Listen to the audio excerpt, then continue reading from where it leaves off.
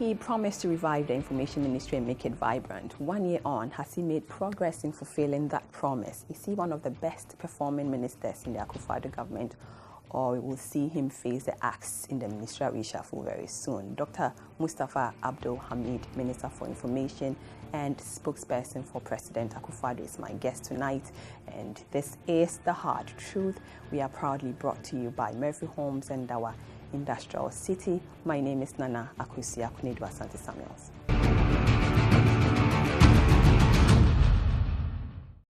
You're watching The Hard Truth, and we are proudly brought to you by Murphy Homes and our Industrial City.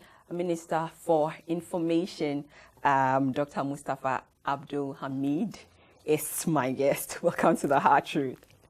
Thank you. You look well, and I like what you're wearing. Is it because you're a sheikh? I guess so. I'm influenced somehow by the Arab culture. But how is your role treating you, Minister for Information? How is it treating you? Well, it's not a role that treats people kindly. Yeah. So it certainly isn't treating me kindly. Oh. But I also believe that I'm doing what I can within human possibilities. I see, but it's been about a year since you were sworn in as a Minister of Information. Your ministry is supposed to empower the Ghanaian through information dissemination to ensure transparency and accountability in public policy and governance. How well, Hamid, are you performing your role? Very well. For example, because of the proliferation of radio and television and even print news, right. Many people, or over the years, especially within the Fourth Republic, many people have tended to neglect, and I mean successive governments actually have tended to neglect the direct face-to-face contact between government officials and the citizenry. Ever since we came last year, we've instituted what we call the town hall meetings, where across the districts, we organize public fora where we get government officials to go and meet face-to-face with ordinary citizens, market women, artisans, chiefs, etc., etc. And then, first of all, tell them what accounts to them, basically, what government is doing, and then to take questions and feedback and so on. That helps us to shape government policy. So apart from when these things come about, they tell you what they face and they tell you what they expect from government. So do you have, or have you seen some implementation policies being handled? Oh, of course. For example, when we rolled out the free senior high school program, you would recall that there was some, if you want, consternation amongst the population regarding what people considered the hitches. So we had a mechanism, for example, that we put in place that was constantly giving us feedback from the ground every day. And then based on the feedback that we were getting as to what the hitches were, we kept refining and answering to those hitches until it all panned out very well. So there is always a crisis response mechanism that we activate at the earliest knowledge, and then we work on it. So we work on feedback. We don't just take feedback. You work on it, but I see, but the Minister for Monitoring Evaluation, Dr. Anthony Osei, indicated on several occasions and platforms that the President has set some specific targets for all ministers, and against which they will be assessed on. The President met with the ministers early this year, part of the year. And how did your assessment go? I'm curious. Did it go well, and was he impressed with your performance? Well, I wish you had asked the President or somebody else or the Chief of Staff, because it went well, but I didn't want to be the one saying it. But if somebody else had said it, then it would appear more authentic. But the truth of the matter is that we are basically human. And there are no perfect human beings. Yes, but he talked about using some colors to indicate the performance of the minister. Yeah. So if the minister feels it's a red, if he got some target right, it was a yellow, and if he got everything right, that was a blue. So did you get lots of blues? No, the mechanism that the Minister for Monitoring and Evaluation has put in place for doing his own evaluation. But quite frankly, the assessment that the President did of us was not from the Minister for Monitoring and Evaluation. So actually, he himself was evaluated based on the President's So model. let me put it this way. What targets did the President assess you on? Well, he basically got feedback, from his security network, all his research. He has a research unit in the Flagstaff House. There's national security, there's BNI. Right. All of these people give him reports on what it is that his ministers and so on are doing. So basically, his assessment of us was based on all of these reports that he got. His evaluation of me was that we've introduced a lot of innovations in the ministry that hitherto had not been there. For example, if you go to... he's happy with that? Oh, absolutely. He was excited. He thought that, I've been very innovative, and that's good. What exactly? For example, we've never had a media monitoring center at the Ministry of Information, ever. So for the first time, when you come to the Ministry of Information, we have a modern, fully equipped media monitoring center that enables us monitor what is going on across the media landscape, television, television, print, and radio across the country. What of internet? And internet and all of that. So that by 12 noon on a daily basis, we have reports of what it is that is being said on what medium. Those that will need responses, then we respond. Those basically the sentiments of the people, etc., etc. So we have that. Number two, since 1957-58, when the Information Services Department was set up, the government had a mouthpiece, a magazine called Ghana Today. That Ghana Today magazine had been defunct for the past 10 years. Since we came into office, we've revived the Ghana Today magazine, and quarterly we are able to produce material on government programs, government achievements, and so on, which we disseminate across the districts, libraries, etc., etc. Since we came, the district information officers, every district has an information officer.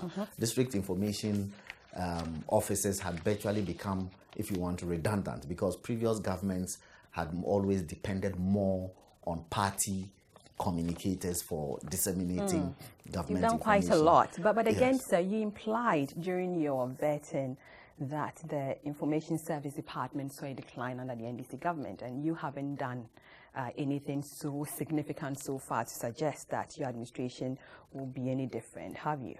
Right now, as we speak, we've equipped all district information officers with laptops. 143 of them. Exactly. Right. Okay. I'm sure you read it in the news.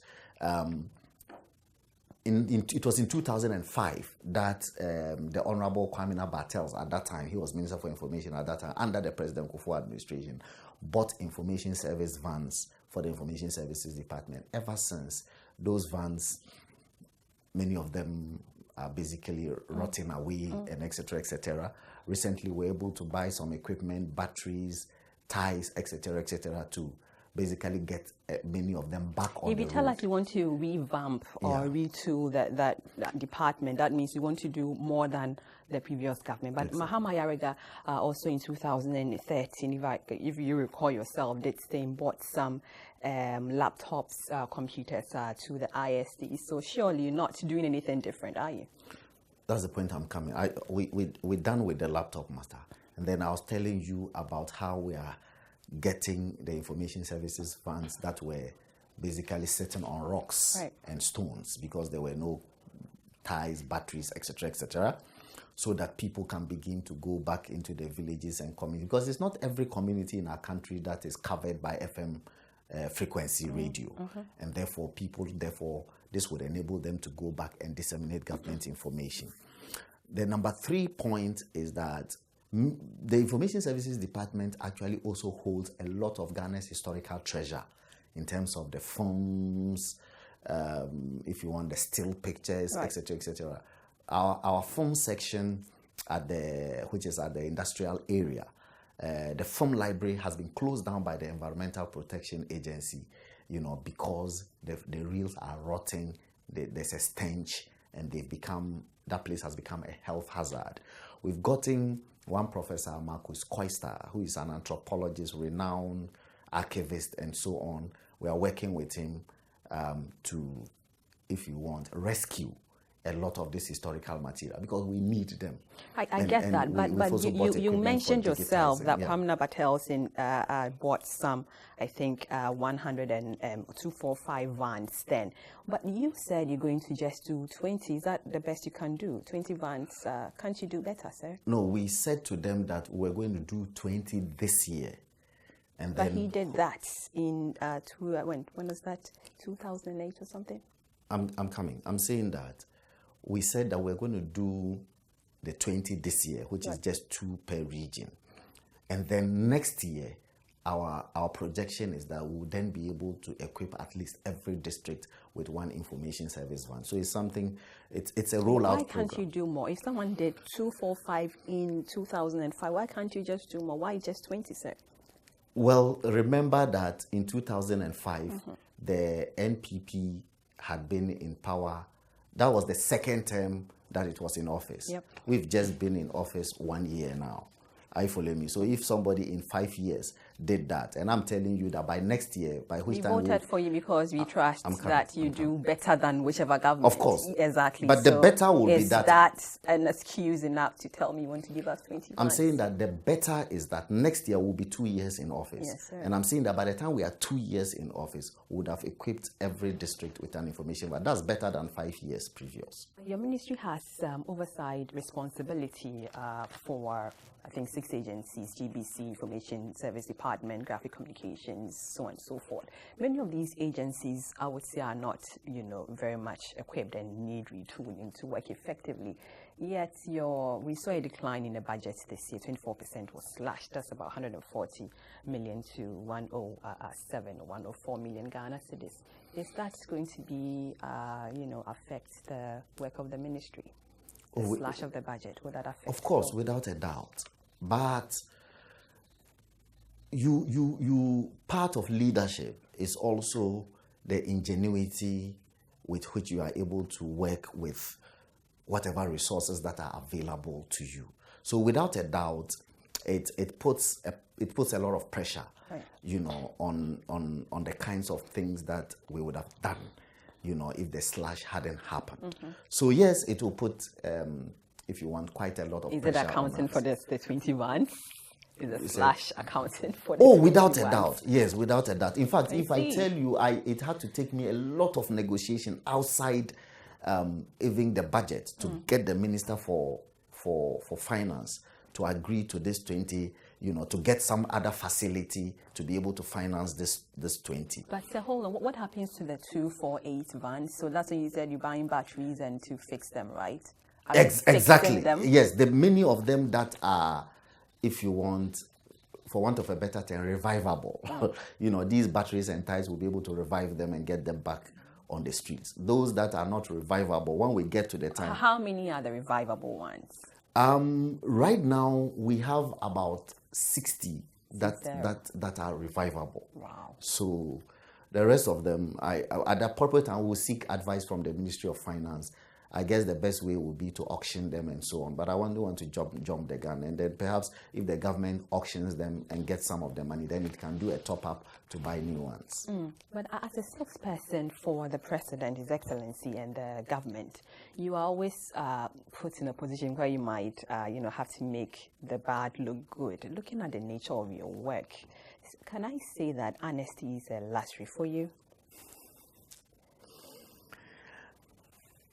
I try to be as honest as possible. As you said, I try to be faithful to my religion, I like that because as an Islamic scholar, exactly, in the Quran, Surah Al-Baqarah, am I right? Baqarah, right. So 2 verse 42 says that, you do not mix the truth with falsehood or, cancel the truth whilst you know it. So looking at that, is it difficult for you to come out and lie? It is difficult. Do you lie sometimes, sir? It is difficult. I don't remember that I have lied. Because at the same time... Do you polish the truth or do you polish the lie? Maybe I nuance them.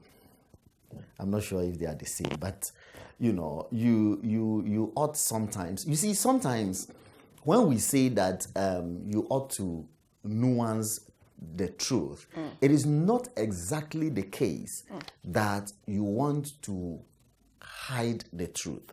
But there are times also, for example, even in religion, people like Immanuel Kant and Al-Ghazali and co have said, for example, that if you lie, for example, to save somebody's marriage, for example, it's acceptable.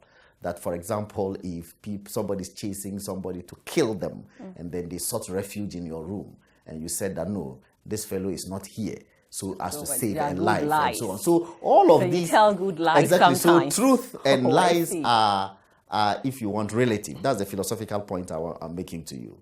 That truth and lies are relative. But and so, but to lie as in conceal the truth from the Ghanaian people, that's not something that I would do at all.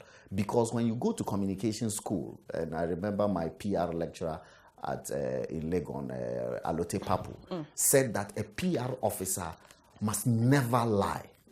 Actually, it's a principle that they teach. So I don't know how in the real world it's become the case that PR officers are supposed to be lying. But when we go to the communications, they tell us that it's always better to be truthful because if you lie, whatever way it is, it will come back later on to haunt you. But AbdulHamid, let me ask you, have you ever in your bed, in your closet, thought that, I could have said or communicated this better to the Ghanaian populace, whatever it is? Have you ever told yourself, I should have done this better? Yes, there's a gulf between what you say and what people hear. Okay? Actually, there's a book by one Dr. Frank Lanz that is titled Words That Work. It is not what you say. It has a subtitle that says it is not what you say, but what people hear. Right. Sometimes you say something, but they hear differently. And then they hear differently.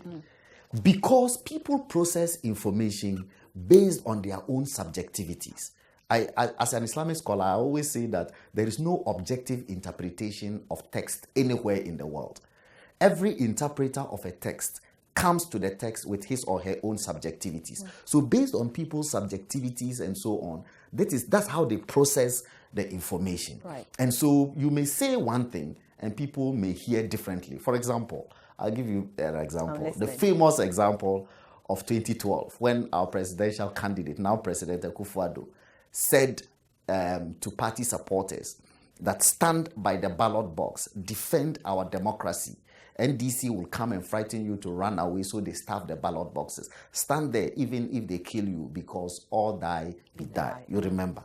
Now, people didn't put it in the context. You see, after I've told you the full statement that he made. Now, people just cut out. We remember all die, be die. Exactly.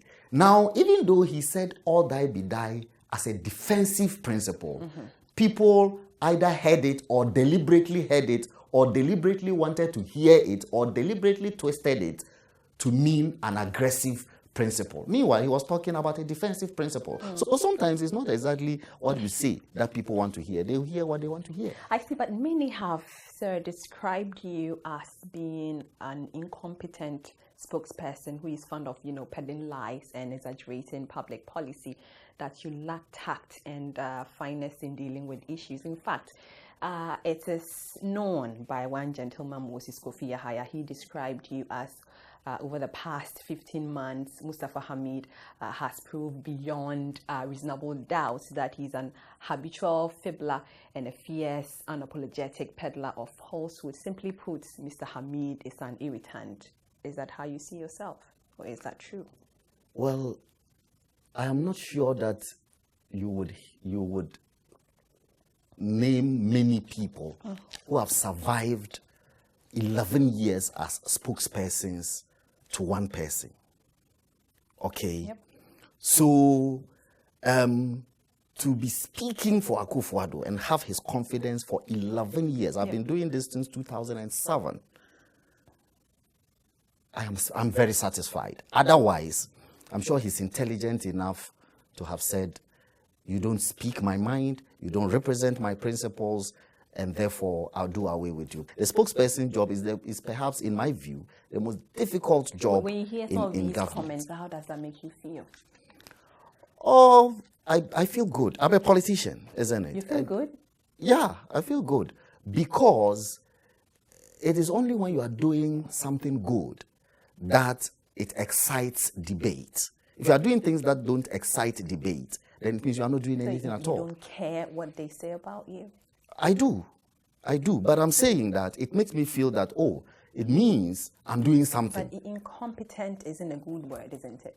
Yeah, but that's also relative. I've told you that the president who gave me this job has done an assessment of me and feels that I'm very innovative and I've done well, and he wants me to continue.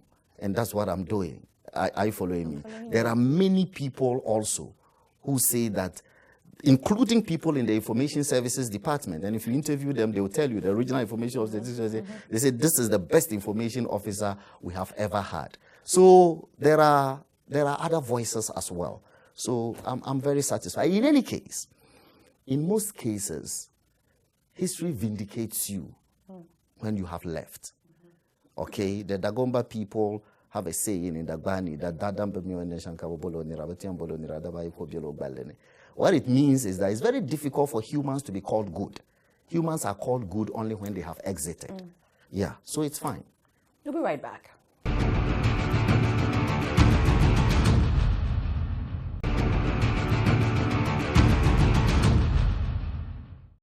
Welcome back to The Hard Truth, proudly brought to you by Murphy Homes, our industrial city and Pulse Fitness Gym. Now, the president has told us to be citizens but not spectators. Well, a columnist, Josephine Nete, feels that Kweku Bako does a better job in defending the president than you do, because he comes with fact and all of that. How would you feel if the president, appoints Kweku Bako over you? That would be fine. That would be the president's prerogative. That would be fine. Really? Oh, absolutely. Why? The president is free to appoint whoever he wants to appoint. And that's fine. That wouldn't bother me at all. Do you think he will be a better information minister and spokesperson than you are? I wouldn't know until he's there. He's not been where I have been. I am now. Because when you are Minister for Information, you don't just stay at home the whole day pulling papers here, doing research, going around offices, nosing for information. That's not what you do as Minister for Information. As you said, you are running GBC, you are running Ghana News Agency. 6 arms, huge ones. Exactly. You have 10 regional offices, you have 180 district offices that you are running, you have a government communication machinery that you are superintending, and you have to also manage literally hundreds of, if you want, party communicators through whom sometimes you have to filter your information. It's not as easy as going to sit on news file on Saturday and then speak, and then you go and then you have the whole week to yourself, and then you come back another Saturday. You don't have that luxury if you are Minister for Information. I told you I had to leave a government retreat to be here. By the time, for that, exactly, and then from here I go back there, stay there perhaps the whole night, and go back there the whole of Sunday, and then go back in the morning. And in between that, whilst I'm trying to sleep, I have to research, I have to read. I'm reading from 36 other ministries. You have to be on top of every minister just has one brief, but you have 36 briefs. That's what you have when you are Minister for Information. An easy job? Absolutely. It's not as easy as people just sitting in their houses saying, Kweku Bako doesn't have to go to all the things that I go. He doesn't have to go to a cabinet meeting from 11 a.m. to 11 p.m. and etc., etc. Are you following me? Yeah, so really and truly, as they say in Ghana, you can't make a comparison like that. I was a lecturer. I have a PhD. And so that tells you that research is not a problem. You do research I'm widely published. I'm a senior lecturer, not just a lecturer.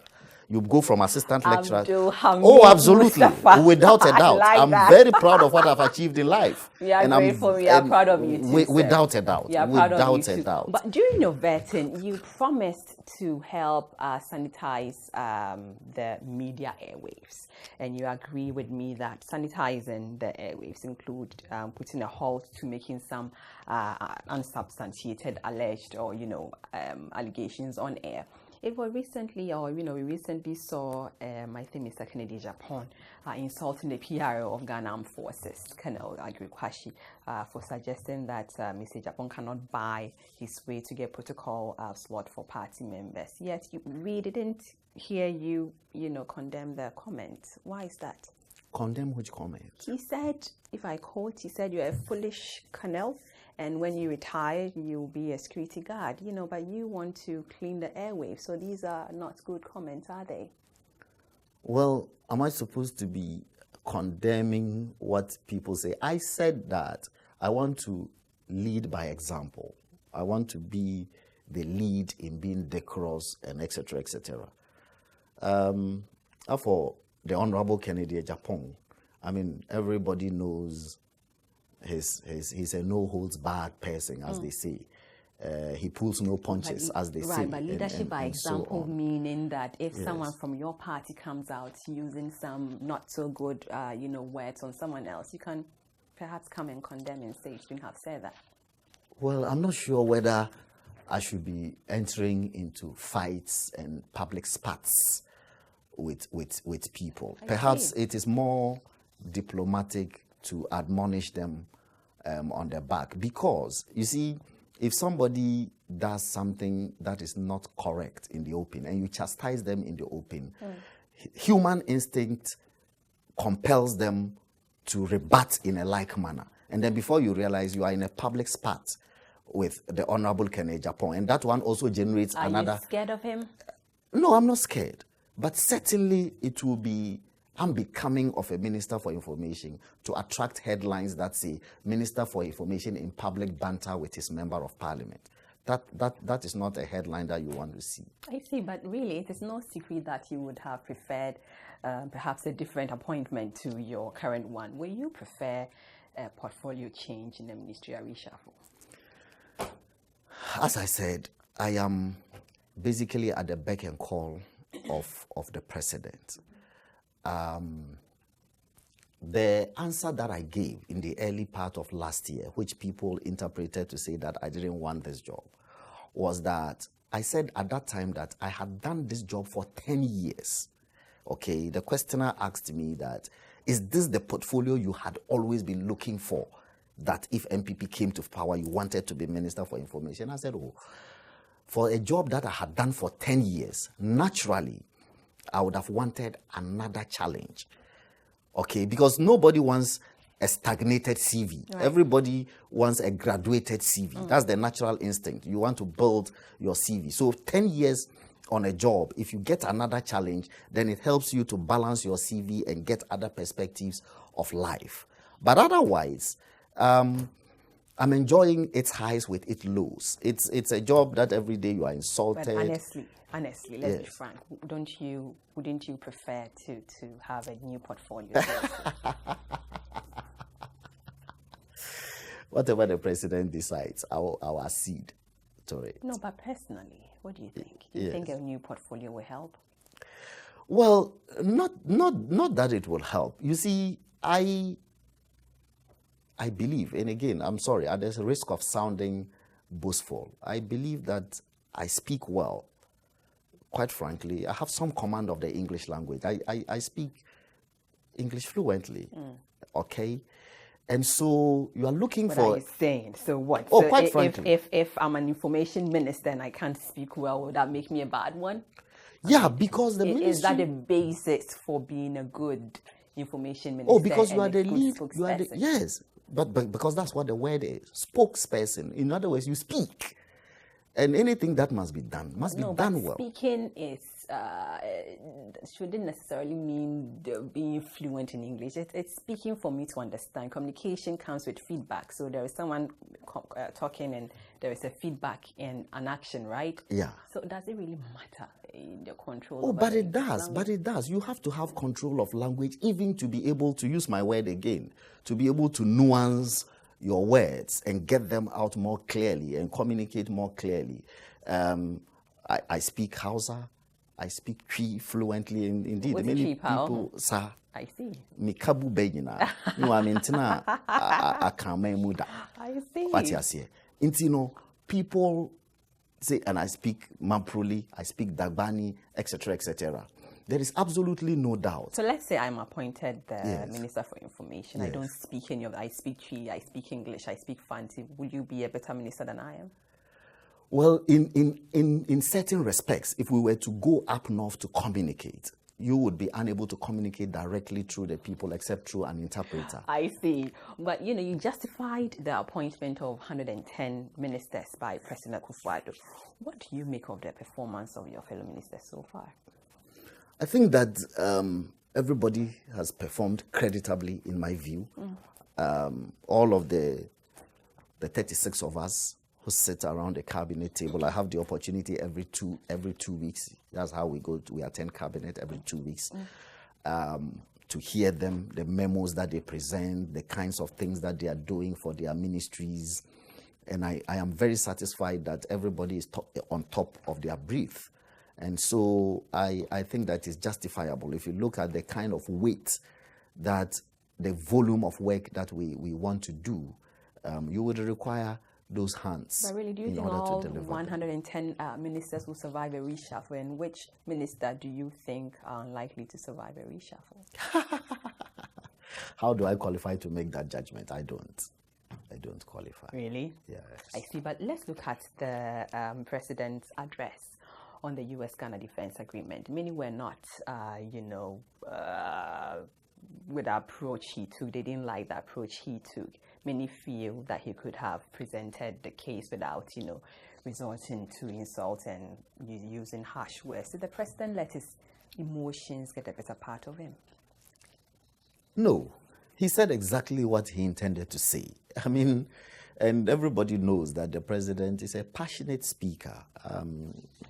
You know his record in the law courts. He speaks passionately, and so he spoke passionately. And, as I keep saying also, communication is also contextual. It's not under every circumstance, okay? Communication is dictated by time and place and circumstance and so on. And so he was communicating under circumstances that required him to be passionate, and I guess that he showed his passion. But using words like, surely the kind of cynical manipulation by reckless self-seekers, which is the fullness of time the people of Ghana will acknowledge and condemn. And he also said that we have exposed the unspeakable hypocrisy of the fraternity of some frontline politicians who make a habit of running the hares and hunting with the hounds. Right. I love that expression, isn't it? Running with the hares and hunting with the hounds. Right. Yes. Why? Because these are characterizations. Okay, they are characterization. Oftentimes, we have the habit of calling a spade a big spoon. But sometimes it is important to call a spade a spade. And so, on this occasion, the president felt that it was important to call a spade and characterize people for who they are. Couldn't he have made his point, but, ignore some of these words? I doubt that he would have communicated effectively if he was wishy-washy about what he wanted to say. Because these are people who have signed same agreements, not once, not twice, but thrice. 1998, 2012, 2015, and know exactly what this entails. And they know exactly that it had nothing to do with the establishment of a military base.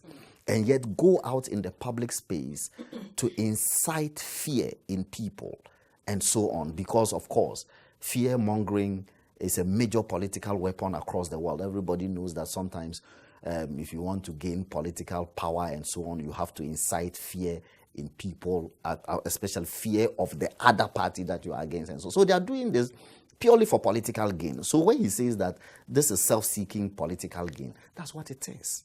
I see. I would want to talk about that. It's been addressed over and over again. So let's move on. You recently emphasized in a 30-point statement that the economy is, getting stronger. That's good to hear. But really, has it reflected positively on the standards of living of the average Ghanaian? It has, and I'm sure to varying degrees. Okay, you would not be able to say that it has completely transformed people's lives, but I believe to a greater degree it has had influences on various sections of the population. And of course, when you go to PR school, they say that there is nothing like public, but there are publics, because the farming public has interests that are different from the marketing public, from the teaching fraternity, and etc. So these are all publics. And depending on the public that you operate in, it will have an effect on you, to a more or less degree than other publics. So for example, if you take the business community, the fact that the cedi has stabilized allows them to be able to import the same volume of goods that they were importing into the country for purposes of business last year. They are still doing the same. Hitherto, when the cedi was virtually fluctuating, people were not able within a certain period to buy the same volume of goods, and therefore to make projections on how much profit they were supposed to earn, and etc. So it has definitely had an impact on the business community. Regarding the reduction in electricity tariffs, well, it just took effect 1st of April. So by the end of this month, I'm sure businesses are going to see that how much money they are paying for electricity is less than they were paying before. But really, and etc. Really, high. Yes. There's a cost of living is high in the country as we speak, and many Ghanaians complain that things are hard when you go to the market. Now, despite the stabilization of the Ghanaian economy, and as you put it, isn't still poverty still an issue? Oh, poverty is quite an issue. It's quite an issue. We've been in power 1 year and 4 months. Basically. Does that matter? I mean, you say that a lot. No, the point that I'm trying to make is that it's not possible in 1 year, 4 months to wipe poverty. The people that have transformed... Okay. I'm coming. Will you wipe poverty after 4 years? No, you won't. Not even after 8 years. The president has told you that per the programs that we have put in place for the transformation of our country, we should be able to do it in a generation. Just like the Malaysians, the Singaporeans, and the South Koreans. According to Kofi Bentel, this is our envy list. He calls these countries Ghana's envy list because we are always mentioning them and say, look at them, we started with them, they are gone. They did it in a period of between 20 to 30 years. That's what a generation is defined as, a period of up to 30 years. So the president says if we begin to do these things that we have begun doing now, in a generation we can transform our country. You know what? So what I may not even be alive, but it doesn't matter. How old are you now? I'm 47. In how many years? Well, in June I'll be 47, so I'm 46. So you'll be alive when? In how many years? 30 years. I may not be alive. 47, but you'll be alive. If you had 30 years, that would be 77. So you'll be very I may young not then. be alive. You will be lucky. Anybody who is above 60 in our country is living on borrowed time. I'm sure you know what the life expectancy in our country is.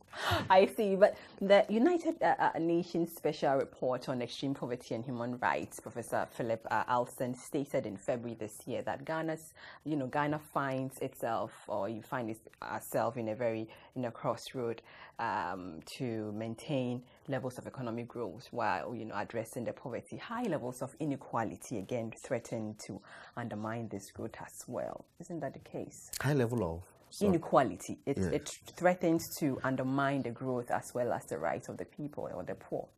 Oh, there is. And that is why, for example, we are concentrating also on agriculture, because quite frankly, the mainstay of about 70% of our population is agriculture. And they are doing agriculture in such a way that it's basically subsistence farming. And so you want to be able to empower people to go beyond subsistence. Right. And so you are providing them with fertilizer, seedlings, and other farm imports at half price. And even the other half, you are not asking them to pay. That's the first time this is. You are not asking them to pay the other half in cash. People are free to take it, and then after the farming season, when they have harvested, to pay back to government, even with produce and not even with cash. That's a very innovative way of encouraging people to continue in agriculture. And because of that, many people who hitherto were not in agriculture, like my good self, are planning to become farmers. Farming what? Going to which sector? Well, I want to do cashew farming. I hear that's the new gold, if you want. And yeah, because first of all, it will help me to improve my personal economy. It will help me to add to the Ghana's export drive. The economists tell us that it is only when we are exporting more and importing less that we'll be able to have proper balance of payments, and then also strengthen our economy and etc. So agriculture is quite an important, if you want, area of national life that we should strengthen going forward. And then we are doing that. So we believe that if that were to happen, and in the next 2 years or 3 years, when we have seen the full benefit of the Planting for Food and Jobs campaign, we'll be able to drastically reduce inequalities in our rural areas. Number 3, free SHS. The many families have had to basically scratch the earth in order to get 1,000 cedis every term to go and pay for children's school fees. They don't have to go through that hustle anymore. And so that kind of money would also then perhaps be plowed into some other investment or put in some other areas of the family life and so on. So there are all of these programs that we believe that, to quote the president again, in the fullness of time, will help us to reduce inequalities. We'll be right back.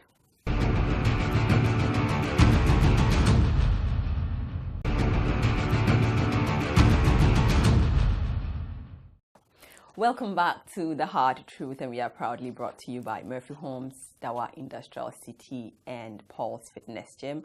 Mustapha Abdul-Hamid, Minister for Information, is still here. Sir, in your 30-point list, it was interesting to note that you did not, include the fight against corruption in the list of things, you were so much thankful of. Perhaps is this because you don't think that, you have achieved much when it comes to corruption or the fight against corruption? Well, to talk about corruption in those terms, right, because the things that I was talking about were finite things that had come to conclusion. So, for example, if I say that we targeted a budget deficit of 6.3 and we've done 7.9, that's finite. Okay. Now, is it possible in 1 year and 4 months to say that we have eradicated corruption, for example? You could have said we are fighting, we have started. You have inside an example saying, so we did this. Oh, but in that sense, I put it in there that we have appointed the special prosecutor. That was it. Yeah, but that is the beginning or part of the fight. I mean, prosecutions are going on now in our courts, and so on. So the fight is on. It's just what do you think? Don't you think it's so slow, the fight against corruption? I don't think that it is slow. Why? Because corrupt people are people who also apply diligence and finesse to their stealing methods. And therefore, you would have to also apply diligence and finesse to the process of basically catching them. And so the Attorney General and her people would have to comb through volumes and volumes of paper trail, and, taking somebody to jail, it's not a joke. But why were we all expecting that it was going to be like that fast when you guys come? Well, it's the same conversation we've been having the whole evening. Everybody sitting aside. I'm sure somebody sitting aside will say, oh, but Kunidu, is that how to interview people? Yeah. I would have done it better. Yeah. But you stand aside and let's give the fellow this mic. See, they would fumble. It is always the case that those who are standing aside and watching the process of the draft know how to play it better than the players who sit by the draft. It's the same thing. The reason why we have 25 million coaches in Ghana who always know how it is that the Black Star should perform and all. It's like that. It's a universal principle that people who are not in the job think that it is an easy matter. There is no job that is an easy matter. So we all would sit aside and say, oh, people are corrupt, people have stolen this. It's like that. You know, there's something that I need to also say, quite frankly, that there's a certain ingrained belief, and I believe it is very deep in our Ghanaian society, that all politicians are corrupt, that they are thieves, and et cetera, et cetera. Are you following me? So when we label people like that, we also think that, oh, therefore, it is easy. Mustapha Hamid, I saw him wearing a black shoe. Perhaps he stole money in order to buy it. Immediately we just go to the Ministry of Information and we'll see that, oh, he was supposed to use some money to buy a battery and he didn't buy it. He went and bought a black shoe. But it's not like that. You're not going to be able to catch people just like that. So it takes a lot of effort and a lot of time to do this. But I believe that the president is determined to do it. Number two, the person that everybody says that Martin Amidu is basically like Kakai. You know. Is he not?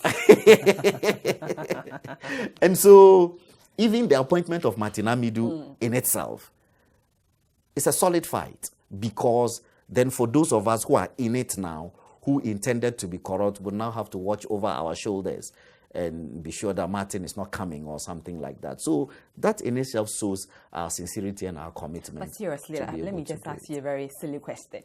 So when you're in government, before you come into government, you have this very nice ideas of perhaps, let me use the ministry, what you want to do in the ministry. Now you get there and you're appointed and all of that. And there is a spirit, I don't know, is there a spirit that overshadows you and wants you to do bad things like stealing the people's money? Well, I've had this. So you have $104 million Ghana cedis. Yes. Yes. So do you have eyes for, say, the four? That's a no. Well, I don't know about others, but let's be honest about some conversation also. In this our society, those who know me personally know that I don't care about materiality at all. I am not like that. As for me, I don't believe that money is what makes people happy and so on. What does? But what makes people happy? What makes people happy? What makes people happy is contentment. You know, the Buddha said that suffering is selfish craving. Okay? If somebody is wearing this white shoe, and then you are sitting there and say, if I got this shoe, you are suffering already. So suffering is selfish craving for things so then that leads you to then do all the bad things that will help you to acquire. But we share the same thing. I also believe that success is being content with what you have. Exactly. Yeah. You get me? Now, but in this our society, let's be honest.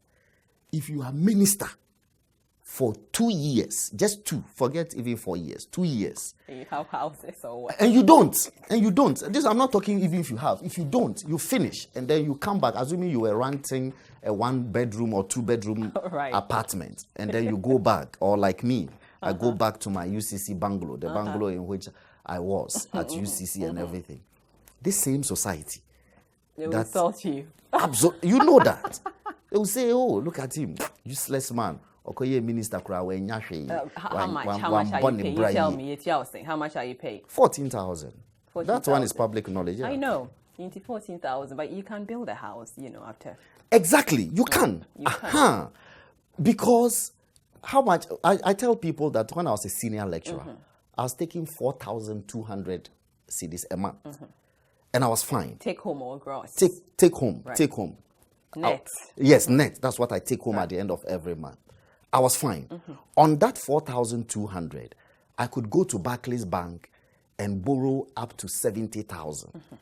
Okay. Now that I'm taking 14,000, it means if I go to Barclays Bank, and I'm using Barclays Bank because that's where my salary goes through, I would be able to borrow perhaps $1 million or whatever it is, or 100,000 or 200,000 cedis. And with 200,000 cedis, I can begin to raise a house. But immediately you begin raising a house now. They'll say that, I don't know. Meanwhile, I was taking 4,200 and I was able to buy a plot of land and so on. So if now I'm taking 14, let's even assume that I'm spending 10,000 every month. I will still have 4,000 with which I can invest in my housing project at the end of every month. So really, it's not the case that whatever a minister does, then he has stolen the money. The minister's salary should be able to help him build a house. But let's talk about the Right to Information Bill. It was laid in Parliament on March 23rd, and you have assured Ghanaians that the bill will be passed, into law by the end of 2018. That wasn't, the case. But, considering the fact that your government failed to uphold several timelines in the past year in relation to the same bill, can we trust your timelines now? You have reason to be skeptical, especially right. So because it's been in the works for 17 years, actually. We've been struggling, Ghana has been struggling to pass a right to information law for the past 17 years.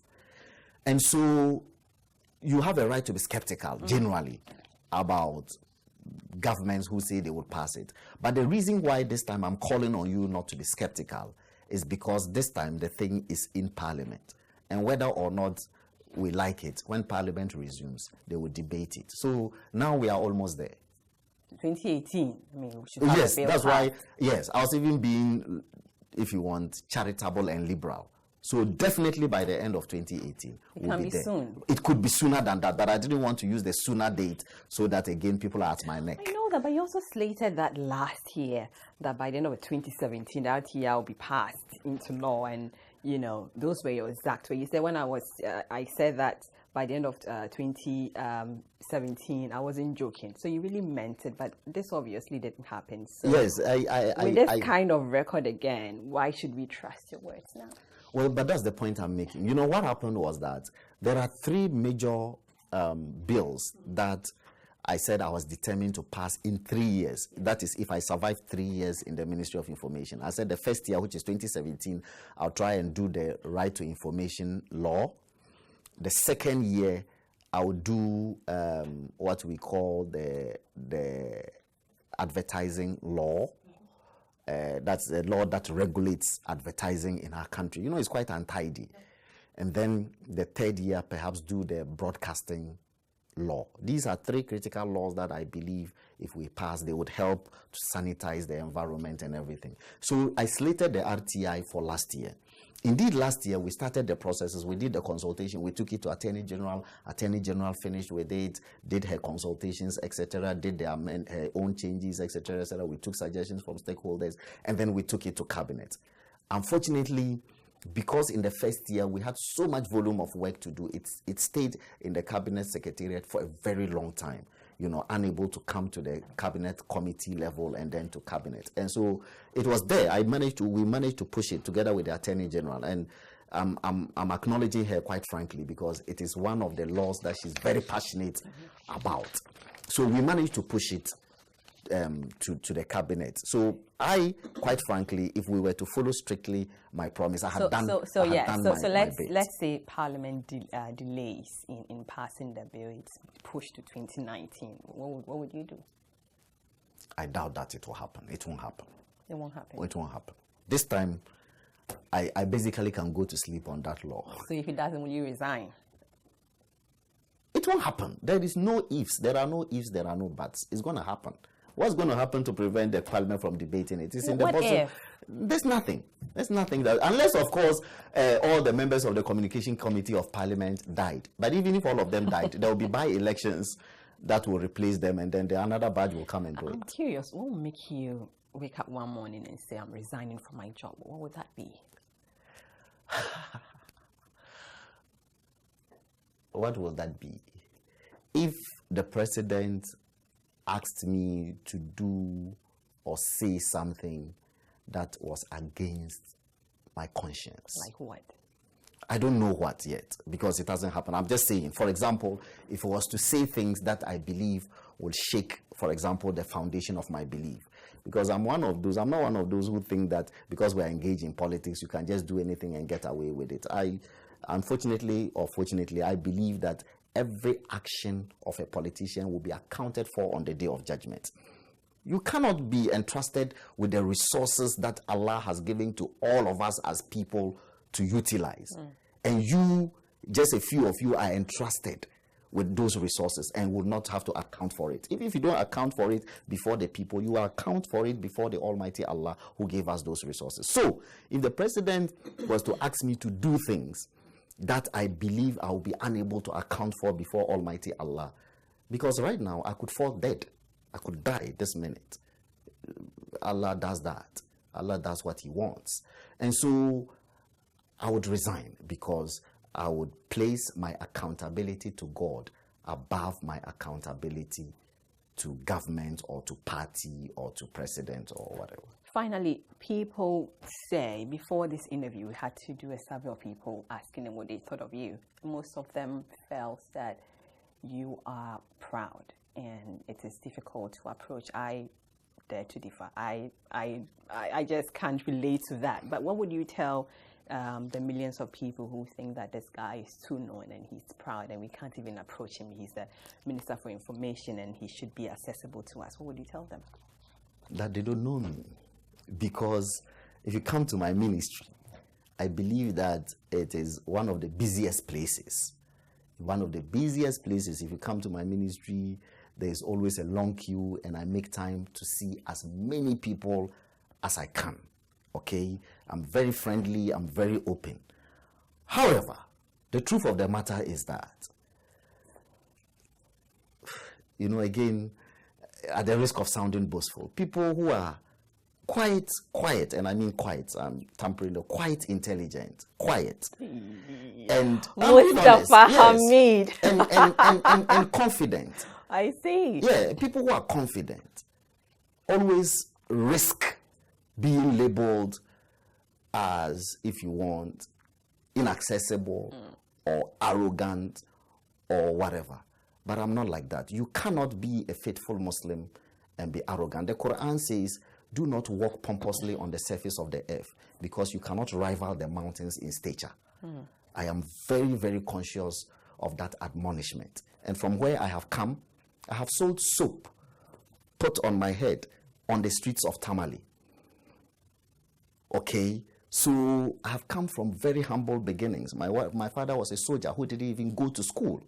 My mother was a Set A teacher. I grew up in a one-room apartment in Tamale all through my life till I went to university. This is who I am. I walk the streets. I still sit at Antimoni Wache every weekend to eat wache with boys and chat. I drive by myself most of the time, like I drove here. I don't have a bodyguard, nothing. I don't use police guard. Aren't you scared? Where I was living. Aren't you scared to driving alone? No, I'm not scared, because like I said, I'm not afraid of those that can kill the body. I'm only afraid of those that can kill the soul. I'm not sure that there are human beings capable of killing the soul. What would you tell the millions of Ghanaians who, think that, yes, the government is stabilizing, but it's not reflecting? So are we going to get to the promised land? Do we have promises? That's what we get from the MPP government, promises upon promises. So what is it? Are we going to get to the promised land after 4 years? We are going to come back to the people, whether we like it or not, in 2020 to account for our stewardship. And so with that alone in mind, we are determined to come back to 2020, or to come in 2020 with a record that is very impressive. And so that alone should get people assured that we are not sleeping at all about the matter of transforming people's lives. Thank you so much, sir. Dr. Mustapha Abdul-Hamid. Yes, Doc Mustapha AbdulHamid has been my guest. He's the Minister for Information. Thank you so much, sir, for coming. And if you have any questions for him, you can send it to our social media page on your screen right now. We'll forward it to him and get a reply for you. You've been watching The Hard Truth, and we are proudly brought to you by Murphy Homes, Dawa Industrial City, and Paul's Fitness Gym. And my name is Nana Akosia Kunedu Asante Samuels. Catch a repeat of the program tomorrow morning, 9 to 10 a.m. Thank you so much for watching. Good night. Bye.